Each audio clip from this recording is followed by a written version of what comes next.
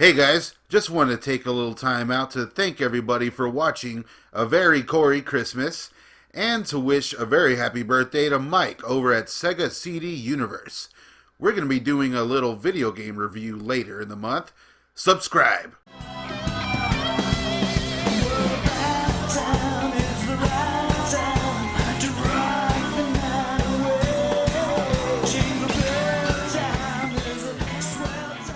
Oh shit, are we doing this already? Are we really doing Staunch TV's top 5 worst Corey Feldman movies? I must admit, I have been looking forward to this one. And please remember, I am a lifelong Feldawg fan. Feld fam forever, motherfuckers. Fuck Bobby Wolf. Anyways, I won't risk the stone-cold integrity of the channel, and I won't lie to you, the loyal legion of staunch who keep the channel going. Thank each and every one of you watching. You are the coolest. So I must admit, there are some pretty bad Feldman movies out there. After his troubles in the early 90s, he came back and took on many jobs. A lot of them great, yes, but some, well, hey. And one thing Corey did bring along with him during these strange days on video was the natural charisma and talent he always possessed. As it seemed Feldawg was trying to prove something to us all, that he was still a contender regardless of any legal troubles or his past. You know, and he did so in any film that he could. Although, I'll still make the argument that he chose those roles wisely, as every one of them I can almost map out the reason why he took on the project. Or, maybe I'm just being optimistic. Either way, along with our good friend Stephen Monkey Mason over at Lonely Tree Entertainment. Right. We are indeed chronicling Corey Feldman's top 5 worst movies. Go for it, dude. I'm gonna rip your head off and shut down your neck! First up, it's got two names. We've got thekiller.com and we've got Serial Killing 101. Same fucking movie. If you're watching this, Feldman appears just behind the camera and barely says anything. And you pick that up and you know what I mean. You try to track them all down and stuff like that. And you sort of watch them and you go, right, when they're going to appear, and you're like, fucking hell, there he is. Is that it?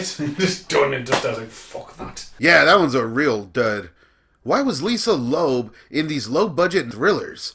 And why was Lex Luger in this movie? Thomas Hayden Church. Seriously, dude, you were in Wings. And with my top 5, we start off with a real stinker. 1998's Legion is basically another Aliens ripoff, with some body snatchers thrown in there. And aside from a performance from Feldman, we also get Rick Springfield for some reason. No idea why. Oh, hey, and the guy who played Kano was in this. What's up, guy who played Kano? And this one is the worst type of alien ripoff. Like 90% of this movie is just people walking around in the dark shining flashlights. Seriously, 90% of this movie. There is a cool setup, though. Prisoners are asked to go on this doomed mission to reduce their sentences or something like that. Could have worked. And to be honest, Feldman isn't too bad here, He's just kind of a dweeb. Next up is The Toxic Avenger, or Citizen Toxic. I can't believe this got a Blu-ray release over here. It's an ice cream box. I put this on and my god, the opening scene with the school and the hostage takeover and stuff, I was like, what the fuck? And I was like, whoa. And he turns up as a guy columnist. And that is a total what the fuck movie. I haven't even bothered watching that back. As I say, I was just even I was don't get us wrong, I like filmmaking, I love a good joke, a pun joke, but this I was just okay. You're pregnant! That's wonderful, Doctor! You're pregnant with 2 babies. 2 babies? From what appears to be 2 completely different fathers. And that's preposterous! Oh man, I love that movie. Everyone be sure to go subscribe to Lonely Tree Entertainment. Link in description. But hey, if we're keeping up with the theme of Dr. Feldman roles, well, how can we not mention one of the most batshit sequels to have ever existed? Puppet Master versus the Demonic Toys. I think we can all agree this is a pretty obvious miscast. You know, even though it's cool to see Feldawg as part of the series, this isn't really part of the series. Even Charles Band himself stated that this is not canon as far as the Puppet Master universe goes. Nobody tell Feldman, though, and that makes sense since this film kind of retcons the origins of those little bastards. And aside from that, and the horrible set design, and the dollar store puppets, Feldman's performance sticks out so much. I don't know if, they kind of try to make him look older or what, but he kind of tries to act older, that's for sure, and it just does not work. At all. Good time, though. Sam, who hasn't dreamed of owning Corey Feldman's underpants? No, I sure have. Each brief is worn, signed, and numbered. Next up is the film that has 3 different names. We're talking about Operation Belvis Bash. We're talking about Zero Dark Dirty, recently renamed to We Will Rock You, believe it or not. Right, it's bad, but it's good. If you don't know what I'm talking about, check it out. You can get a hold of this. It's about the US Army hiring an Elvis impersonator to lure Bin Laden out of his cave, because Bin Laden likes Elvis. And Corey Feldman plays himself, technically. It's a stand-up comedian saying some of the most disrespectful jokes. I mean, even watching the film, you're like, that. Did he just say that? I actually forgot about that one, yeah. I tried watching that once. Great pick, bud. And I guess I'm kind of cheating here as my next pick isn't really a Corey Feldman movie. Born Bad is kind of an ensemble bank robbery teen action movie, or something, featuring quite the recognizable cast. And while the majority of them get a lot to do when the planned bank robbery is botched, Feldawg, not so much. In fact, this whole thing is kind of his fault, as Feldman was the getaway driver who kind of just left their asses at the bank. Not much of a performance here, but overall it's quite the stinker. There is, however, a standout performance from Michael D. Weathered. Pete from the Buttercream Gang. Here he plays the villainous Bullet, and the film's worth a watch just for him alone. Have you seen Pete? Let me know in the comments. Seriously, I've been trying to contact Michael D. Weathered. Let me know if you know where he's at. Is it me, or are you the world's biggest pussy? I've got Stormtrooper on there. The reason why I picked Stormtrooper, there's a bad reason why I picked Stormtrooper. Ever seen a film called Biodome? So basically you've got Corey Feldman, got a pirate patch, and Zach Gallion, who obviously from the Gremlins and A Round Trip to Heaven, reunite, and it's all filmed around the Biodome. And all I remember is Feldman jumping through the window, getting shot, and they go, ugh! I was like, the fuck? Okay, you know how I said Born Bad was kind of a stinker? No, this one is the stinker. Holy shit, this movie is aggravating. There is nothing good about this one, I swear. Feldawg is trying, though, although he seems like he doesn't want to be there either. They shot this movie in Berlin. Luckily, it only took like 2 weeks. And damn, everything from his haircut, to his clothes, to his horrible come-and-go accent. I'll go get back to work, actually. Thanks a lot. It's just unwatchable. Feldman here plays Fritz, who upon being struck by lightning for the 3rd time, realizes he is irresistible to nearly everybody. This film is available for free on YouTube. Don't watch it. Your sister's a suck monkey. Honorable mention for bad movies. I was just going to hold this up for the whole thing.